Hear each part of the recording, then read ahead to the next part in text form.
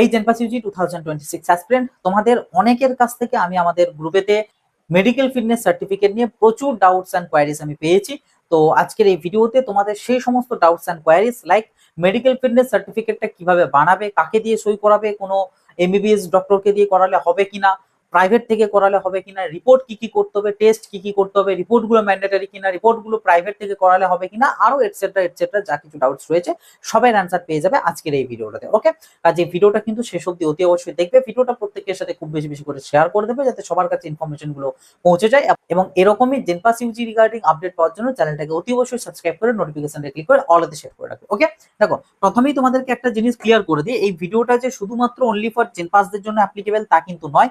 জেনপাসের পাশাপাশি তোমরা কেউ যদি এএনএম জিএনএম এর এক্সামিনেশন দিয়ে থেকে থাকো, তো সেক্ষেত্রে এএনএম জিএনএম স্টুডেন্টদের জন্যও কিন্তু অ্যাপ্লিকেবল। তোমাদের তো অলরেডি রেজাল্ট এমনিও বেরিয়ে গিয়েছে, তো তোমাদেরও কিন্তু মেডিকেল ফিটনেস সার্টিফিকেট প্রয়োজন পড়বে। ওকে, সো বোথ এক্সামিনেশনের জন্য সেম প্রসেস, সেম ব্যাপার, সমস্তটাই কিন্তু সেম, কারণ দুটোই আমাদের ডাব্লিউবিজিই বোর্ডের আন্ডারের এক্সামিনেশন। ওকে, সো এক এক করে আমরা যদি প্রথমে আসি তোমাদের মেডিকেল ফিটনেস সার্টিফিকেটটার ফরম্যাটে, ঠিক আছে? তো ফরম্যাট সংক্রান্ত বিষয়ে প্রথমেই তোমাদেরকে যেটা আমি বলবো সেটা হচ্ছে বোর্ডের ওয়েবসাইটে তোমরা সমস্ত ফরম্যাট পেয়ে যাবে, কিন্তু এখানে একটা ব্যাপার আছে, সেটা হচ্ছে বোর্ডের ওয়েবসাইটে গত বছর থেকে জেনপাসের যে মেডিকেল ফিটনেস সার্টিফিকেটের যে ফরম্যাট, সেই ফরম্যাটে কিন্তু একটা মিস্টেক্স করা রয়েছে। একদম তোমাদের অ্যাকচুয়ালি মেডিকেল ফিটনেস যে সার্টিফিকেটটা সেটা কিন্তু 3 পাতার সার্টিফিকেট, ঠিক আছে? তো 3 পাতার মধ্যে প্রথম দুটো পাতা it's absolutely fine, but last পাতা যেটা সার্টিফিকেট বলে পাতাটা আছে, সেই পেজেতে কিন্তু একটা সেকশনেতে তোমাদের জেনপাস ইউজি ফরম্যাটে এএনএম জিএনএম বলে মেনশন করা আছে, এবং তার পাশাপাশি এবছরকার ফরম্যাটে একটু মানে ডক্টরের যে সিগনেচারটা যেখানে অপশনস আছে মেডিকেল প্র্যাকটিশনারে, সেই সিগনেচারের অ্যালাইনমেন্টটাও ঠিকঠাক কিন্তু করা নেই। তো এই যে প্রবলেম একটা রয়েছে, এবং অনেকে জিজ্ঞাসা করতে পারো যে এই যে এএনএম জিএনএম লেখাওয়ালা যে জেনপাসের ফরম্যাট যেটা দিয়েছে, এটা করালে কোনো প্রবলেম হবে কিনা? হ্যাঁ, এটা করালে প্রবলেম হতে পারে, কারণ এখানের এই সার্টিফিকেটটার মধ্যে এএনএম জিএনএম যেহেতু মেনশন করা আছে, তো বহুত অনেক কলেজ কিন্তু তোমাদের প্রবলেম ক্রিয়েট করতে পারে। এমনিতেই তো তোমাদেরকে তো আমি এর আগে বহুবার বলেছি যে আমাদের এই জেনপাসের ক্ষেত্রে কিন্তু অনেক কলেজ আছে যারা কিন্তু এতটুকু খুঁত পেলে কিন্তু সেটার জন্য প্রবলেম কিন্তু তৈরি করে।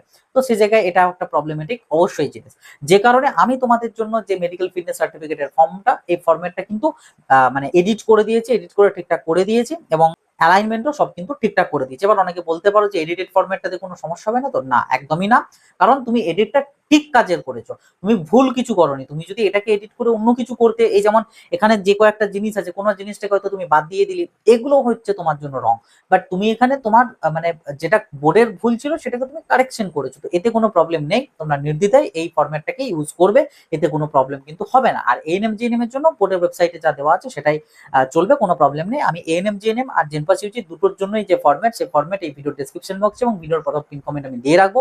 অবশ্যই কিন্তু জেনপাসের জন্য চেষ্টা করবে এই যে ফরম্যাটটা আমি দিচ্ছি, এই ফরম্যাটটায় প্রিন্ট আউট করা, তা না হলে কিন্তু প্রবলেমে পড়তে পারো। ওকে, এবার যদি আমি আচ্ছা ফরম্যাটটা তোমাদের মেইনলি হচ্ছে 3টে পেজ। এটা হচ্ছে তোমাদের জেনপাসের যে মেডিকেল ফিটনেস সার্টিফিকেট, জেনপাস হোক বা এনএম জিএনএম হোক, সেমই জিনিস, শুধু উপরের হেডিংটুকু চেঞ্জেস থাকে।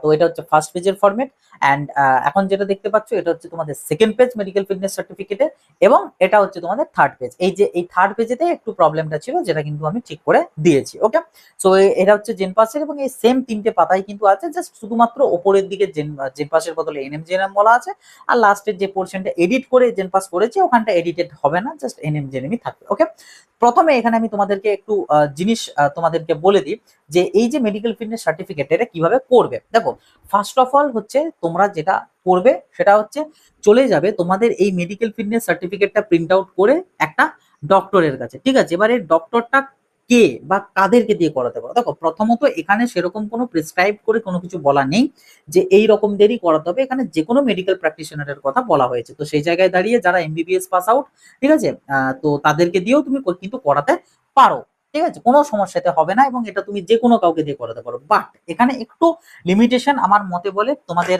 ফলো করা উচিত, সেটা হচ্ছে প্রিভিয়াস কিছু বছরে দেখা গিয়েছে যে গভর্নমেন্ট বিএসসি নার্সিং কলেজগুলোতে, ঠিক আছে, গভর্নমেন্ট বিএসসি নার্সিং কলেজগুলোতে কিন্তু তোমার এই যে মেডিকেল ফিটনেস যে সার্টিফিকেটটা, এটার যে সার্টিফাইং যে অথরিটি মানে যিনি সই করছেন, উনি যদি কোনো গভর্নমেন্টের আধিকারিক না হন, তো সেক্ষেত্রে কিন্তু একটু প্রবলেম ক্রিয়েট করে, এবং অ্যাকসেপ্টেবলের উপরে কিন্তু একটু মানে ডাউট থেকে যায়।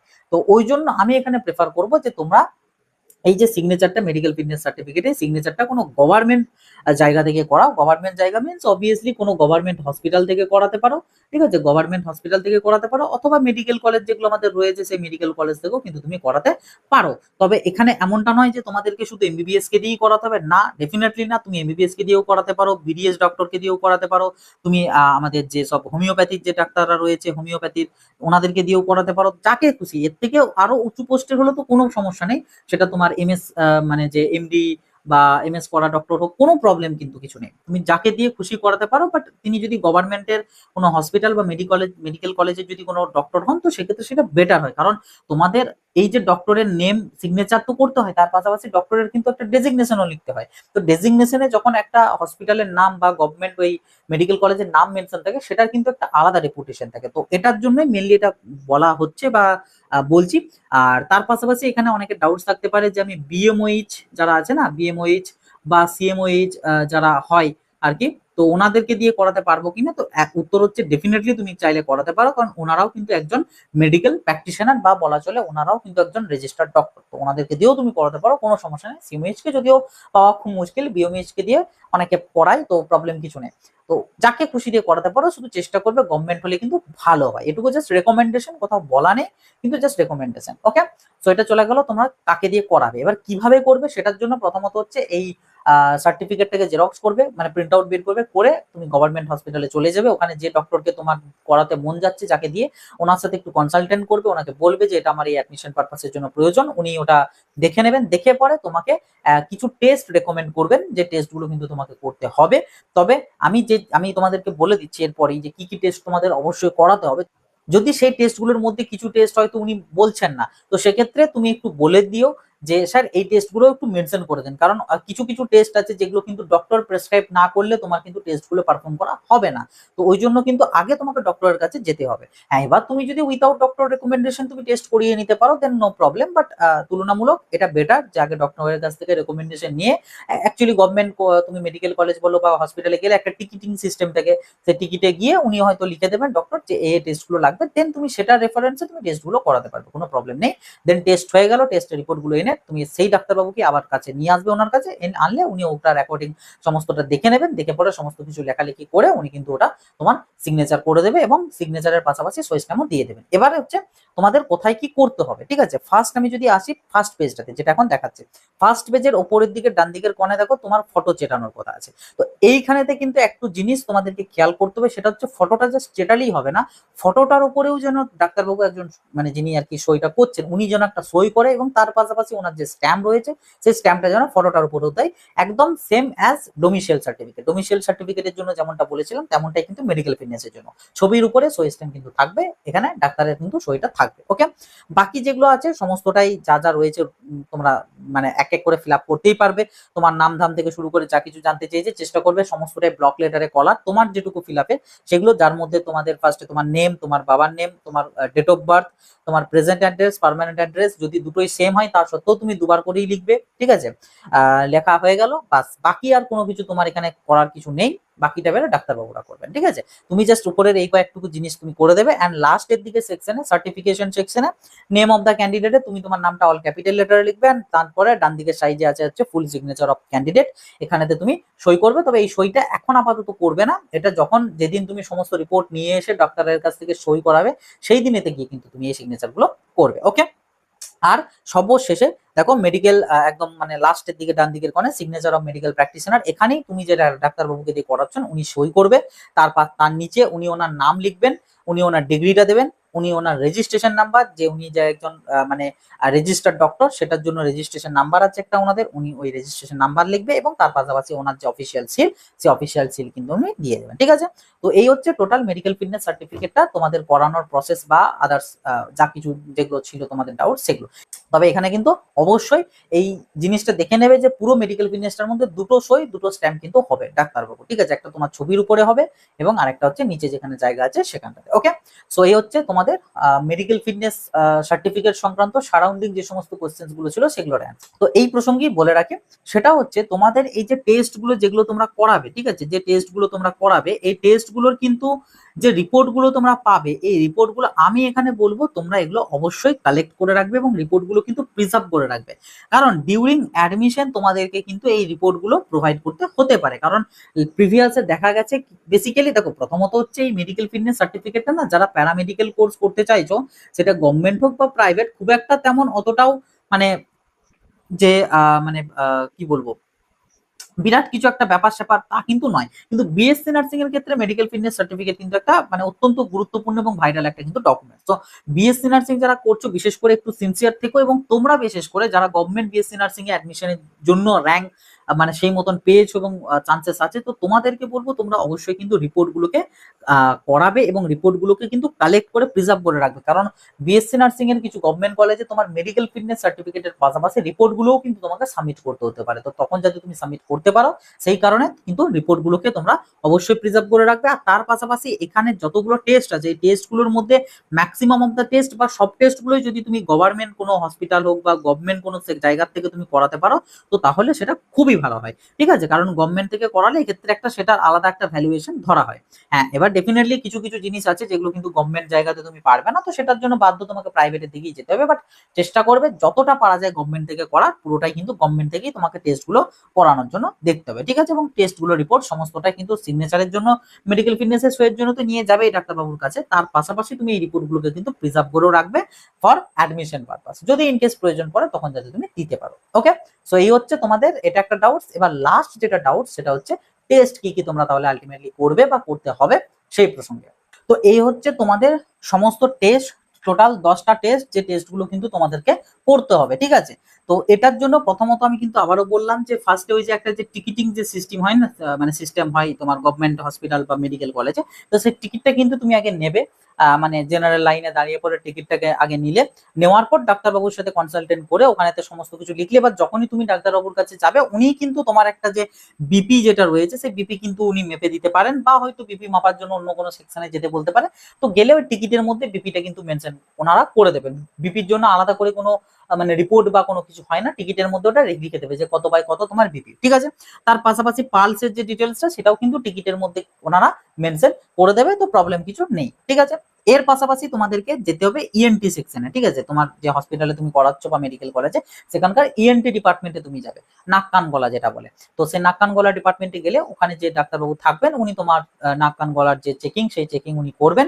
চেকিং করে নেওয়ার পর উনি কিন্তু ইএনটি ডিপার্টমেন্টের যা মানে যে ব্যাপারটা আর কি, যে কোনো প্রবলেম থাকলে সেই প্রবলেমটা যদি সমস্ত কিছু ফিট থাকে, তো উনিও ওই টিকিটটার মধ্যেই কিন্তু তোমার এই মানে ডিটেলসটা লিখে দেবেন। প্রবলেম থাকলে প্রবলেমটা লিখবে, আর যদি প্রবলেম না থাকে উনি ওটাকে ফিট বলে লিখে দেবে, যে অল আর ক্লিয়ার বলে উনি কিন্তু লিখে দেবে টিকিটটার মধ্যে। ঠিক আছে, তো এই টিকিটের মধ্যে কিন্তু তোমার ইএনটি হয়ে গেল, বিপি হয়ে গেল, পালস হয়ে গেল। ঠিক আছে, এবার অডিওমেট্রিটা দেখবে, যদি হয়ে যায় তো ভালো কথা, তা না হলে তোমাকে আলাদা করে করতে হবে। তো এই অবধি চলে গেল। এরপর হচ্ছে ইউরিন টেস্ট। ঠিক আছে, এবার এই ইউরিন টেস্ট, ব্লাড টেস্ট, ঠিক আছে, আই চেক আপ, ইসিজি, এগুলোও কিন্তু অনেক গভর্নমেন্ট হসপিটালে কিন্তু হয়।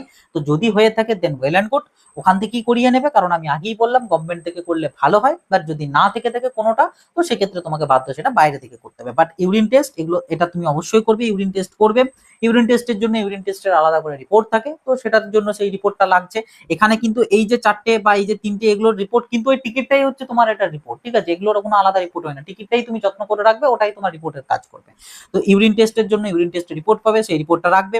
ব্লাড টেস্ট, ব্লাড টেস্টের তো অনেক রকম ব্লাড টেস্ট হয়, তো তার মধ্যে থেকে অবশ্যই টিসি, ডিসি, ইএসআর আর হিমোগ্লোবিন, এই 4টে অবশ্যই যেন তোমার ব্লাড টেস্টের মধ্যে মেনশন থাকে। ঠিক আছে, তো ব্লাড টেস্ট অবশ্যই করতে হবে, এবং এই ব্লাড টেস্টটার জন্য তুমি প্রপার একটা রিপোর্ট পাবে।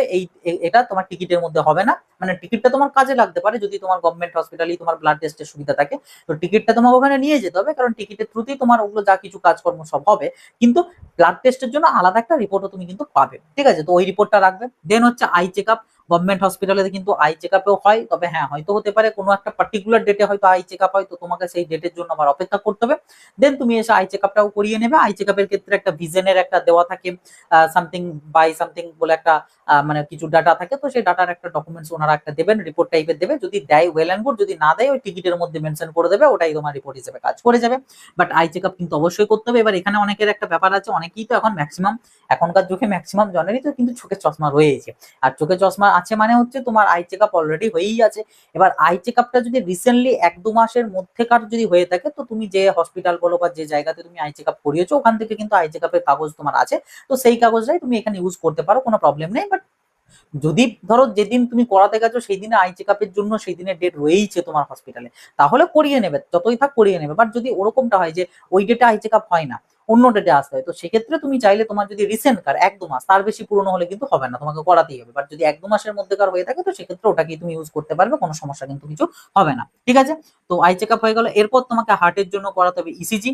তো ইসিজি করাবে, ইসিজির জন্য তো সেই লম্বা টাইপের পেপার একটা হয়, তো সেই ইসিজির জন্য ইসিজি ডকুমেন্টস রাখবে, এটাও অনেক হসপিটালে হয়ে থাকে, তো করিয়ে নেবে। নেক্সট হচ্ছে এক্সরে, এটা হয়তো অনেক হসপিটালে হয় না, কিছু কিছু মেডিকেল কলেজে হতে পারে, বাট কিছু কিছু হসপিটালে হতেও পারে, ম্যাক্সিমামটাতে হয় না। তো এক্সরেটা তোমাদেরকে অবশ্যই করাতে হবে, বেসিক্যালি লাংস এর এক্সপিরিয়েন্স, তোমার লাংস এর এক্সরে আর কি তোমাকে করাতে হবে। তো লাংস এর এক্সরে করবে, এটার জন্য তো এক্সরে জন্য তো আলাদা এক্সরে রিপোর্ট পাবে, প্লেট পাবে, তো সেগুলো অবশ্যই তোমাকে প্রিজার্ভ করে রাখতে হবে। এবং লাস্ট হচ্ছে অ্যাবডোমেন। অ্যাবডোমেন সবার ক্ষেত্রে বেসিক্যালি লিভার অ্যান্ড স্প্লিনের অ্যাবডোমেনটা তোমরা ইউএসজি আর কি যেটা বলে ইউএসজি, তো ইউএসজি কিন্তু তোমাদেরকে করাতে হবে অ্যাবডোমেন এবং মানে অ্যাবডোমেনে লিভার এবং স্প্লিনের বেসিক্যালি, ঠিক আছে। বাট ফর ফিমেল ক্যান্ডিডেট, যারা তোমরা ফিমেল স্টুডেন্টস রয়েছো বেসিক্যালি, তো তোমাদের যদি মেনস্ট্রুয়াল হিস্ট্রি নট ওকে থাকে, মেনস্ট্রুয়াল হিস্ট্রিতে যদি কোনো প্রবলেম থেকে থাকে প্রিভিয়াসে, তো সেক্ষেত্রে তোমাদেরকে কিন্তু এই লিভার স্প্লিনের পাশাপাশি ফুল অ্যাবডোমেনেরও কিন্তু ইউএসজি তোমাদের করাতে হবে। বাট যদি তোমার মেনস্ট্রুয়াল হিস্ট্রি কোনো প্রবলেম না থেকে থাকে, যদি অ্যাবসলিউটলি ফাইন, দেন কোনো সমস্যা নেই, তো সেক্ষেত্রে লিভার অ্যান্ড স্প্লিন করলে কিন্তু চলে যাবে। আলাদা করে ওখানে তোমাদের মেনস্ট্রুয়াল হিস্ট্রির অপশনস আছে, তো ওই জায়গাটাতে ডাক্তারবাবুকে বললেই উনি ওটা ফিট বা কোনো প্রবলেম নেই বলে উনি মেনশন করে দেবেন। বাট যদি প্রবলেম থেকে থাকে ইন কেস, তো সেক্ষেত্রে কিন্তু অবশ্যই সেটা ইউএসজি তে কিন্তু যেন ফুল অ্যাবডোমেন করাও, যাতে কি কারণে প্রবলেম হয়তো সেটা মানে যদি বোঝা যায়, তো সেটা যেন মেনশন থাকে বা জানা যায় আর কি, যে কারণে মানে ওই রিপোর্টের মধ্যে মানে তোমাদের যে ফর্মটা রয়েছে সেখানে যাতে ডাক্তারবাবু যাকে দিয়ে সই করাচ্ছে উনি যাতে লিখে রাখতে পারেন যে কি প্রবলেম সেটা, ঠিক আছে। তো যাই হোক, তো এই হচ্ছে তোমাদের টোটাল 10টা মোটামুটি টেস্ট, যে টেস্টগুলো কিন্তু তোমাদের করতে হবে, এবং যার মধ্যে অনেকগুলোই কিন্তু গভর্নমেন্টই পেয়ে যাবে এবং টিকিটের মধ্যে হয়ে যাবে, আর বাকি কয়েকটার জন্য আলাদা রিপোর্ট থাকবে। তো যত যা রিপোর্ট বা যা কিছু রইলো টিকিটটা সমস্ত কিছু কিন্তু তোমরা প্রিজার্ভ রাখবে, এবং সবকিছু নিয়ে লাস্টে ওই যেটা বললাম ডাক্তারবাবুর কাছে ফের একবার যাবে, উনি গিয়ে সমস্ত কিছু উনি ওনার মতন করে ফিল আপ করে দেবেন, করে পরে নিচে সই স্টই দিয়ে দেবেন, স্ট্যাম্প দিয়ে দেবেন, রেজিস্ট্রেশন নাম্বার লিখে দেবে, সমস্ত কিছু করে দেবে, বাস। আর অবশ্যই ছবিটাতেও একবার অ্যাটেস্টেড করিয়ে দিতে বলে দেবে, বাস হয়ে গেল। তো মেডিকেল ফিটনেস তোমার বানানো হয়ে গেল, এবং এই যে প্রসেস বললাম এই same process for NM GNM দের জন্য, ঠিক আছে। তো আশা রাখছি মেডিকেল ফিটনেস সার্টিফিকেটটা নিয়ে তোমাদের আর কারোর কিছু ডাউটস থাকবে না বা নেই। এরপরেও যদি ডাউট কোয়ারিজ কিছু থেকে থাকে, ডেফিনেটলি কমেন্ট বক্স তোমাদের জন্য খোলা রয়েছে, কমেন্ট বক্সে লিখে জানাতে পারো নির্দ্বিধায়, আমি সেটার চেষ্টা করবো উত্তর দিয়ে দেওয়ার। আর তার পাশাপাশি আমাদের এই চ্যানেলটাই যারা নতুন তারা অতি অবশ্যই চ্যানেলটাকে সাবস্ক্রাইব করে নোটিফিকেশনে ক্লিক করে অলতে সেট করে রাখবে, যাতে এ to Z information জেনপাস Yuji regarding তোমরা যাতে এই চ্যানেল থেকে পেতে পারো ইন ফিউচার। অ্যান্ড ভিডিওটা ভালো লাগলে একটা লাইক করে দেবে, সবার সাথে শেয়ার করে দেবে, যাতে সবার কাছে ইনফরমেশন গুলো পৌঁছাতে পারে। আর যারা আমাদের হোয়াটসঅ্যাপ গ্রুপে জয়েন হওনি অতি অবশ্যই জয়েন হয়ে যাবে, লিঙ্ক ভিডিও ডেসক্রিপশন বক্সে পেয়ে যাবে। আমাদের বিএসসি নার্সিং এবং প্যারামেডিক্যালদের দুটো সেপারেট গ্রুপ করে রাখা আছে, তো যে যে কোর্সের জন্য চাইছো সেই কোর্সের অ্যাকর্ডিং গ্রুপে জয়েন অতি অবশ্যই হয়ে যেতে পারো, কারণ গ্রুপের থ্রুতেও বিভিন্ন কিছু জিনিস নিয়ে ডিসকাশন হয়, কাউন্সেলিং এর সময় তো বিভিন্ন রকম জিনিস নিয়ে আলাপ আলোচনা কিন্তু করা হবে। তো চাইলে জয়েন হতে পারো ডেসক্রিপশন বক্সে, এবং আমাদের প্রথম পিন কমেন্টের লিঙ্ক কিন্তু পেয়ে যাবে, ওকে। সো এই ছিল আর কি আজকের ভিডিও, আবার দেখা হবে নতুন একটা ভিডিওতে। সকলে ভালো থাকবে, সুস্থ থাকবে, বাই।